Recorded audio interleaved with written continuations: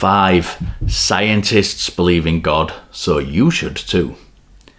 This claim seeks to appeal to the fact that many of the atheists having these conversations accept scientific consensus as a way of determining what is consistent with reality.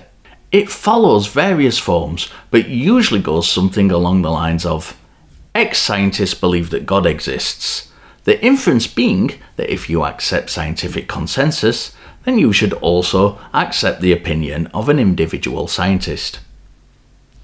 At its heart, this is an appeal to authority fallacy. Person X is in a position of authority, so what they say must be true. This is not true, however, hence the fallacy. While the work of a scientist may be consistent with reality, it does not follow that their opinion is also consistent with reality. While this statement is usually made by lay religious people trying to persuade atheists that X scientist believes in God, so they should too, there is also the occasional scientist themselves who infers that their field represents evidence of God's existence. One such scientist is Doctor of Astrophysics Sarah Salviander, who also describes herself as a Christian apologist. While she is an excellent astrophysicist, alas, she's somewhat lacking as an apologist. She will often post photos of heavenly bodies with verses about God being the creator, like this comment she shared in June 2024. The God who made this also made you. You are the work of the master craftsman, the Lord of time and space, the King of the universe. I have challenged her to provide evidence of this from her own works several times, and her responses range from snarky comments to silence.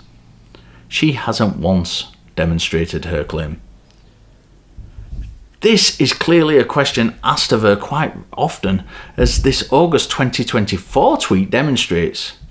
Christian, the universe is beautiful. I thank God for it. Random social media atheist. That's not an argument for God. What's your evidence for this claim? What peer-reviewed papers have you published proving that God exists because the universe is beautiful? That's probably aimed at me, by the way. There are two things to notice here. First is the claim that the June tweet, the God who made this also made you, a direct claim that God made the universe, and the second, when she is trying to denigrate those who respond to her. Christian, the universe is so beautiful. I thank God for it. Do you notice the mocking August post?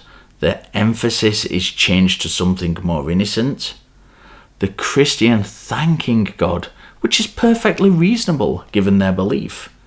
In the post where she is trying to highlight the unreasonableness of the atheist, the Christian is shown as doing something which, as an atheist, I have no difficulty with whatsoever. However, the post that I and others have actually commented on, asking if she can evidence her claim in her work, make direct claims that God made the universe. It's a very subtle difference, but a very, very important one. Sarah has never meaningfully engaged with me, and the reason is strikingly obvious. Her religious faith, her belief that God made the universe, cannot be shown in her professional work. This is the mistake and the fallacy that those who posit scientists believe in God, so you should too, make. And that is an entirely different world to someone is a scientist and has a belief. Yes, some scientists believe in God, but that is not reason enough for anyone else to do so.